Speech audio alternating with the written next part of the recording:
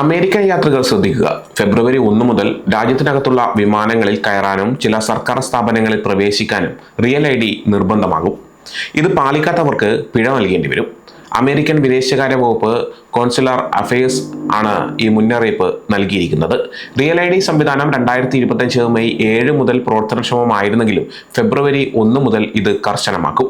ഫെബ്രുവരി 1 മുതൽ രാജ്യത്തിനകത്തുള്ള വിമാനങ്ങളിൽ യാത്ര ചെയ്യാൻ റിയൽ ID ഇല്ലെങ്കിൽ, അല്ലെങ്കിൽ പാസ്പോർട്ട് പോലുള്ള മറ്റ് അംഗീകൃത തിരിച്ചറിയൽ രേഖകൾ ഇല്ലെങ്കിൽ നിങ്ങളുടെ തിരിച്ചറിയൽ രേഖകൾ പരിശോധിക്കുന്നതിനായി TSA കൺഫേംഡ് ID വഴി $45 ഫീസ് നൽകേണ്ടി വരും. നിങ്ങൾ വിദേശത്തേക്ക് യാത്ര ചെയ്യുകയാണെങ്കിൽ നിങ്ങളുടെ പാസ്പോർട്ട് തന്നെയായിരിക്കും പ്രധാനം. എന്നാൽ രാജ്യത്തിനകത്തുള്ള വിമാനങ്ങളിൽ യാത്ര ചെയ്യുമ്പോൾ നിങ്ങൾക്ക് ഒരു സാധുവായ തിരിച്ചറിയൽ രേഖ മാത്രം മതി. അത് റിയൽ ID ആകാം, അല്ലെങ്കിൽ പാസ്പോർട്ട് പോലുള്ള മറ്റ് അംഗീകൃത രേഖകളാകാം. രണ്ടും ഒരുമിച്ച് കൊണ്ടുപോകേണ്ടതില്ല.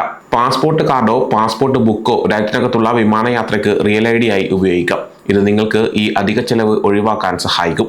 എന്നാൽ ഓർക്കുക, പാസ്പോർട്ട് കാർഡ് അന്താരാഷ്ട്ര വിമാനയാത്രയ്ക്ക് ഉപയോഗിക്കാൻ കഴിയില്ല.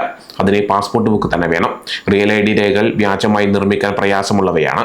നിങ്ങൾ വിമാനത്തിൽ യാത്ര ചെയ്യാൻ ഉദ്ദേശിക്കുന്നുണ്ടെങ്കിൽ ഒരു റിയൽ ID എടുക്കാൻ ശ്രമിക്കുക. അല്ലാത്ത പക്ഷം നിങ്ങളുടെ വിമാനയാത്ര നിഷേധിക്കപ്പെടുകയോ യാത്ര വൈകുകയോ ചെയ്യാം. ഈ സമയപരിധിക്ക് ശേഷം യാത്ര ചെയ്യുന്ന യാത്രക്കാർ പാസ്പോർട്ട് പോലുള്ള അംഗീകൃത ബദൽ തിരിച്ചറിയൽ രേഖകളുമായി യാത്ര ചെയ്യണം. അല്ലെങ്കിൽ അവരുടെ സംസ്ഥാനത്തെ DMV ഓഫീസുകളിൽ നിന്ന് ഒരു സംസ്ഥാനം നൽകുന്ന റിയൽ IDക്ക് അപേക്ഷിക്കണം.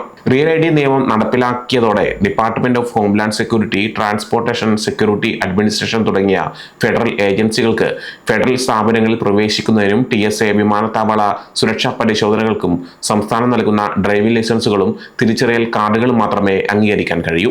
കൂടാതെ ലൈസൻസോ തിരിച്ചറിയൽ കാർഡോ റിയൽ ID സുരക്ഷാ മാനദണ്ഡങ്ങൾക്കനുസരിച്ച് റിയൽ IDക്ക് അനുസൃതമായ ഒരു സംസ്ഥാനം നൽകുന്നതായിരിക്കണം. അതായത് ലൈസൻസിലോ കാർഡിലോ റിയൽ IDക്ക് അനുസൃതമായ നക്ഷത്ര ചിഹ്നം ഉണ്ടായിരിക്കണം.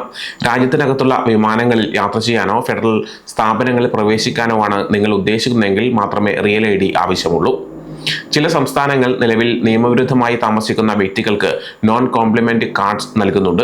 ഇത്തരം കാർഡുകൾ അവ റിയൽ ID ആവശ്യങ്ങൾക്ക് സ്വീകാര്യമല്ല എന്ന് വ്യക്തമായി രേഖപ്പെടുത്തിയിരിക്കണം.